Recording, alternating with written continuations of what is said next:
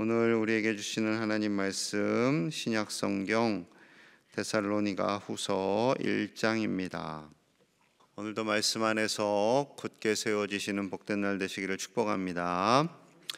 데살로니가 후서 1장인데요. 데살로니가 후서에 대해서 잠시 설명을 해드리면 기록한 목적이 있습니다. 데살로니가 교회를 향한 바울의 두 번째 이 편지는 환난 가운데 있는 성도들을 격려하기 위해서 먼저 기록하였지요. 그리스는 우상과 각종 신의 나라잖아요. 그런 곳에서 신앙생활하는 것이 결코 쉽지 않았습니다. 그리고 재림신앙에 합당한 삶을 살도록 권면하고 격려하기 위해서 이 서신을 기록하게 되었습니다. 무엇보다도 어려운 중에, 힘든 중에 믿음을 지켜나가는 그들을 바라보며 바울은 참 감사했어요. 3절 우리 함께 봅니다. 3절 시작. 형제들아, 우리가 너희를 위하여 항상 하나님께 감사할지니 이것이 당연함은 너희의 믿음이 더욱 자라고 너희가 다 각기 서로 사랑함이 풍성함이니. 아멘. 이 3절의 말씀만 해도 참 큰 은혜가 되죠. 박해가 있어요. 어려움이 있어요.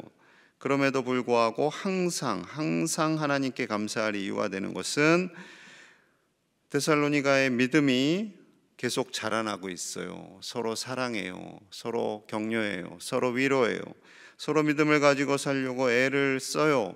그러니 그들을 향해서 격려하고 칭찬하고 감사하는 것이 너무도 당연하다라고 고백합니다. 이 당연하다라의 의미는 빚을 갚을 때 당연함이에요. 빚 갚는 게 당연하잖아요. 물론 안 갚고 도망가는 사람들도 있긴 하지만 빚을 갚는 것이 너무나 당연합니다. 그 당연한 것처럼 하나님께 감사하겠습니다 라는 고백이지요. 데살로니가 전서에서도 보았듯이 데살로니가 교회는 그 지역의 본이 되는 교회였어요. 어려운 중에도 믿음을 지킵니다. 서로 사랑합니다. 서로 격려합니다. 그런 성도들이 모여있는 교회는요, 부흥하고 성장할 수밖에 없는 거죠. 교회 형편도 어려웠어요. 자, 4절 봅니다. 4절. 그러므로 너희가 견디고 있는 모든 박해와 환난 중에서 너희 인내와 믿음으로 말미암아 하나님의 여러 교회에서 우리가 친히 자랑하노라. 모든 박해와 환난 중에서 모든 박해와 환난을 지금 견디고 있어요. 안으로는 유대인의 박해가 있고 밖으로는 로마인의 박해가 있습니다. 각종 신화로 인해서 사람들이 그 믿음을 온전히 지켜나가기가 쉽지가 않아요. 그런 상황 속에서도 인내와 믿음으로 하나님을 바라보았기 때문에 여러 교회 중에서 이 데살로니가 교회를 자랑할 수밖에 없다라는 거죠. 이 박해라는 단어도요, 이 사냥개가 먹잇감을 잡는 그럼 사냥개는 먹잇감을 잡으면 절대 놓지 않잖아요. 그게 사냥개입니다. 그게 사냥개예요. 먹잇감을 잡았다가 장난감처럼 놓는 개는 사냥개가 될 수가 없어요.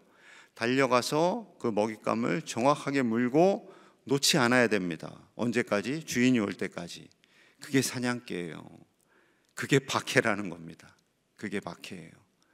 그러니 그리스도인들이 얼마나 힘들었겠습니까? 끝까지 믿음을 지키고 인내로 믿음으로 견고하게 하나님을 바라보는 그 모습이 너무나도 대견스럽고요, 너무나도 자랑스러웠던 거죠. 그래서 5절에서는 이렇게 표현합니다. 5절. 이는 이렇게 박해를 견뎌내는 것은 하나님의 공의로운 심판의 표요 너희로 하여금 하나님의 나라에 합당한 자로 여김을 받게 하려 함이니 그 나라를 위하여 너희가 또한 고난을 받느니라. 그렇게 인내로 믿음으로 견고하게 나아가는 것이 바로 하나님의 공의로운 심판의 표요 하나님 나라에 합당한 자로 여기게 되는 것입니다 라는 거죠. 그러니 고난과 박해를 통해서 우리의 믿음은 더 견고해지고요, 인내할 수 있고요, 강해지는 것이죠. 고난과 박해가 없으면 그냥 쉽게 신앙생활 할 수 있습니다. 기도도 별로 안 할 수 있을 것 같아요. 모든 것이 다 풍성한데, 돈도 풍성하고 건강하고 자녀들도 잘 되고 높은 지위에 있고, 그러면 신앙 지키기가 쉽지 않아요. 쉽지 않습니다. 재벌들이나 고위공직자들, 신앙생활 하는 사람들 그렇게 많지 않습니다. 그런 거죠. 여러분, 힘들수록요, 이 고난과 내가 싸워 이기겠다, 내 믿음이 더 강해지겠다, 그로 말미암아 하나님께서 칭찬하시고 하나님께서 자랑하시는 믿음의 사람이 되겠다라는 결단을 하시기를 축복합니다.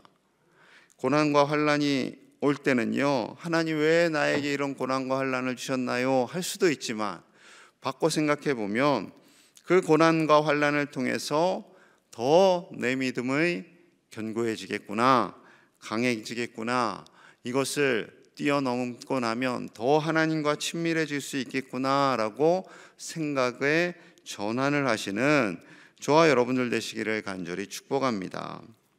그런데 마음속으로는 솔직히 안타까움도 있잖아요. 아니, 박해하는 사람들, 나에게 고난을 준 사람들은 하나님 그냥 두시는가? 그렇지 않습니다. 자, 6절 봅니다. 6절.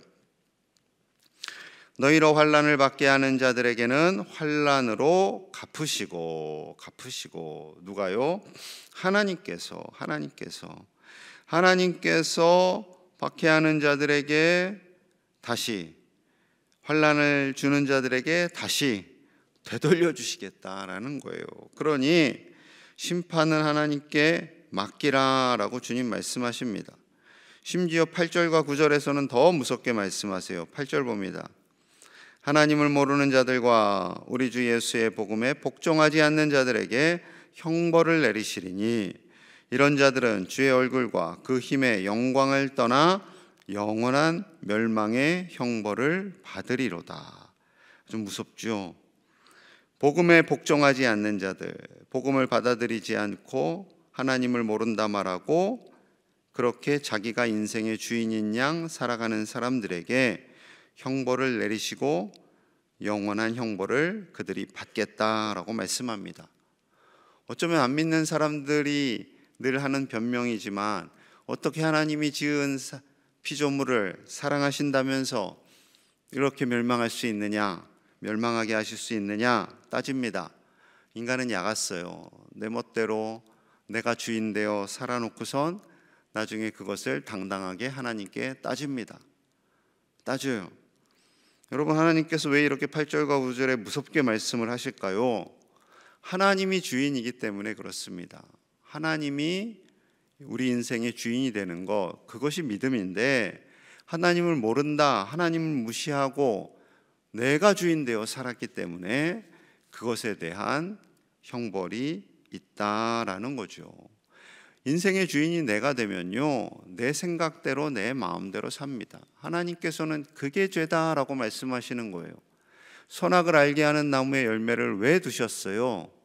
너희 인생의 주인이 하나님이다라는 것을 깨닫게 하시는 거예요. 다 가질 수 있어요. 선악과 외에는 다 내 거예요.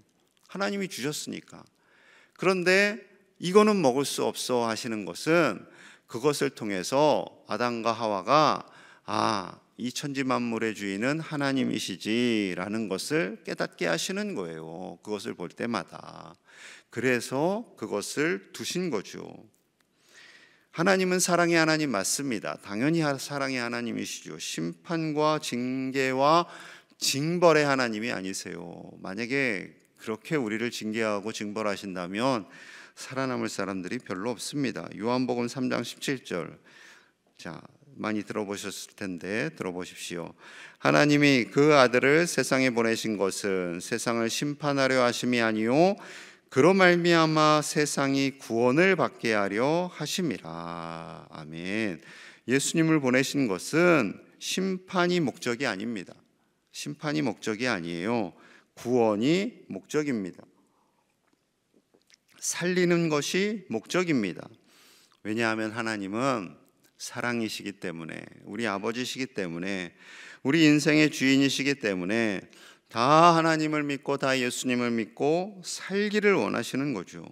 그래서 10절 봅니다. 우리 10절 같이 봅니다. 10절 시작. 그날에 그가 강림하사 그의 성도들에게서 영광을 받으시고 모든 믿는 자들에게서 이시리니 이는 우리의 증거가 너희에게 믿어졌음이라. 아멘. 주님 강림하시는 그날에, 주님 강림하시는 그날에 우리 주님께서 모든 성도들에게 영광을 받으시고 모든 믿는 자들에게서 놀랍게 여김을 받게 된다라고 말씀합니다. 주님 분명히 오십니다. 언제 오실는지는 아무도 모릅니다. 아버지만 아십니다.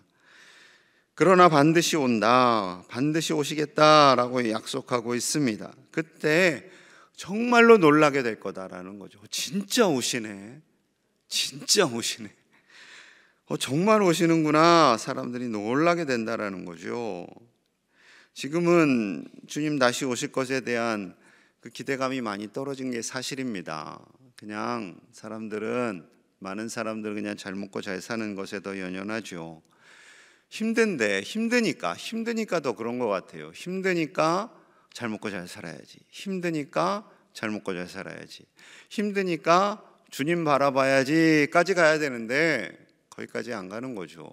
눈에 보이는 힘드니까 잘 먹고 잘 살아야지, 힘드니까 잘 먹고 잘 살아야지. 그러다가 잘 먹고 잘 살지 못할 때는 어떻게 해요? 절망하는 거죠. 절망하는 거예요. 계속 요즘 스스로 목숨을 끊었다는 뉴스가 나와요.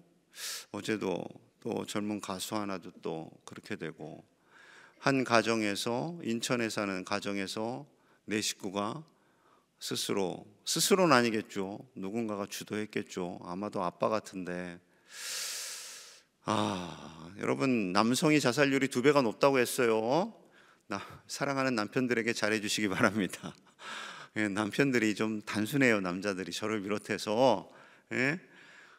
절대 그런 마음 갖게 하면 안 돼요. 그런 마음 가지면 자꾸 사단이 유혹을 한다니까요.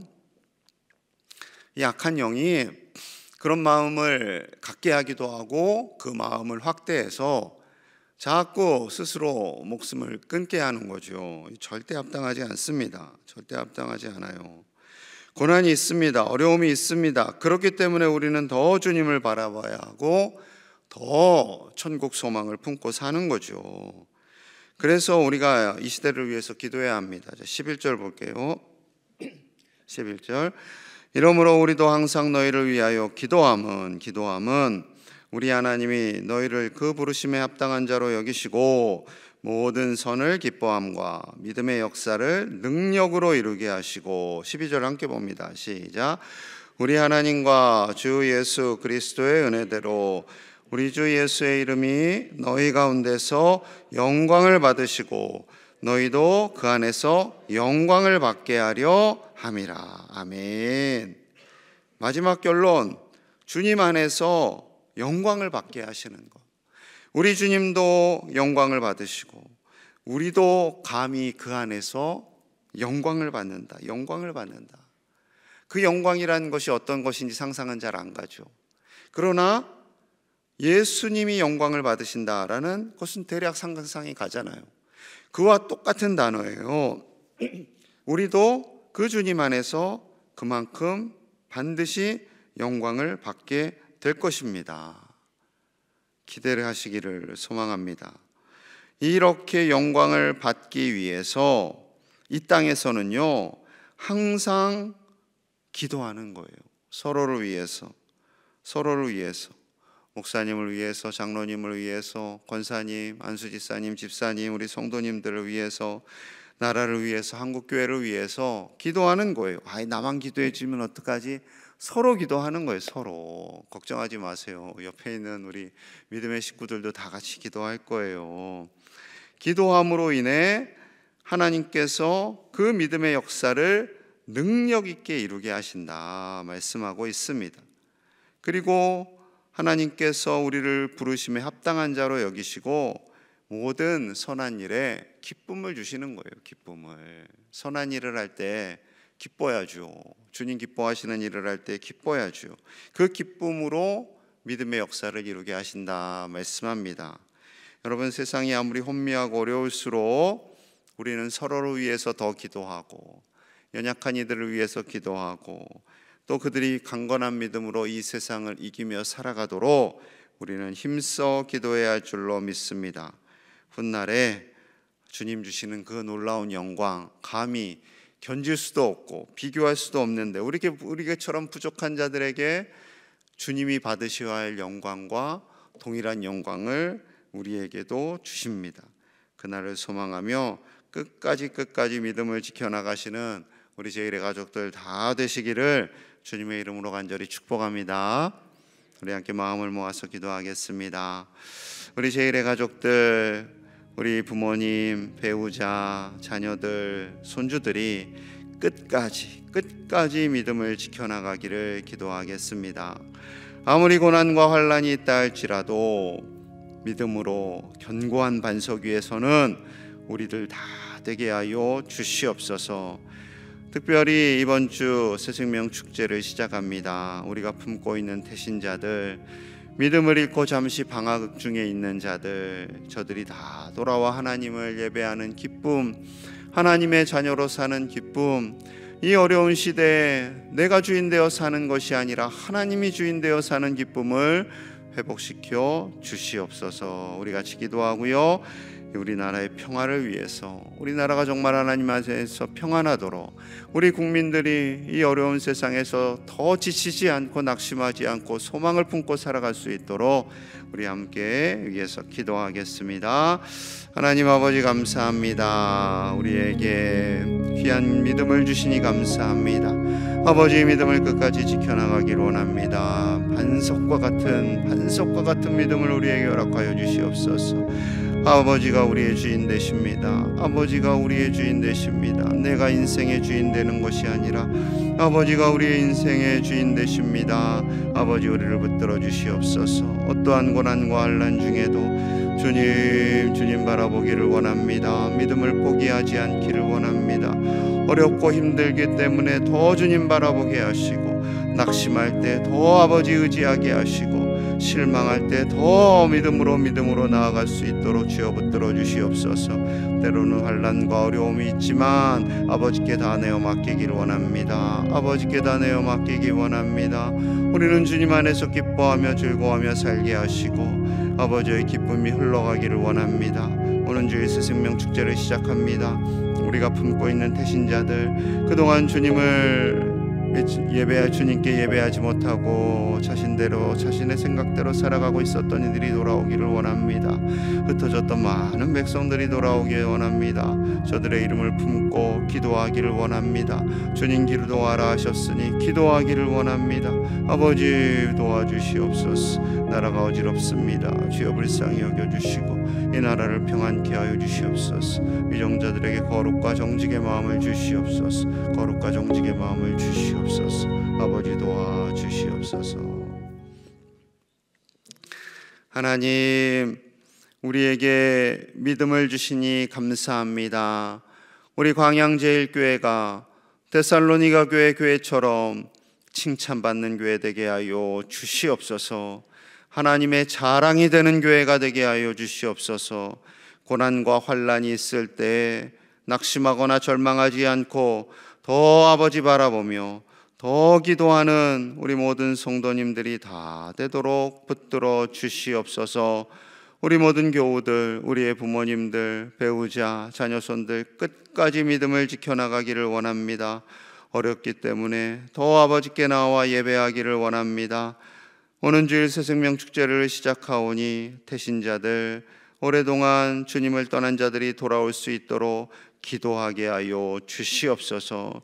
바울이 데살로니가 교회를 위해 기도했던 것처럼 우리가 그들을 위하여 기도하게 하시고 저들이 돌아와 하나님을 예배하는 기쁨이 회복되게 하여 주옵소서. 나라가 어지럽고 혼미합니다. 아버지, 우리나라를 불쌍히 여겨 주시옵소서. 경제적 손실도 너무나 큽니다. 아버지여, 고통받는 백성들을 불쌍히 여겨주시고 하나님께서 지키시고 보호하여 주시옵소서. 위정자들이 정직하고 거룩하게 하셔서 진정 저들에게 주어진 사명, 그 역할에 진실되이 잘 감당하는 자들 되도록 하나님께서 붙들어 주시옵소서. 오늘 하루도 우리 모든 제1의 가족들 삶을 지켜주시고 이 새벽에 나와 기도하는 종들의 간절한 기도를 들으시고 응답하여 주시옵소서. 새벽에 나올 때 몸 상하지 않도록 하나님께서 또한 안전하도록 보호하여 주시옵소서. 예수님 이름 받들어 간절히 기도하옵나이다. 아멘.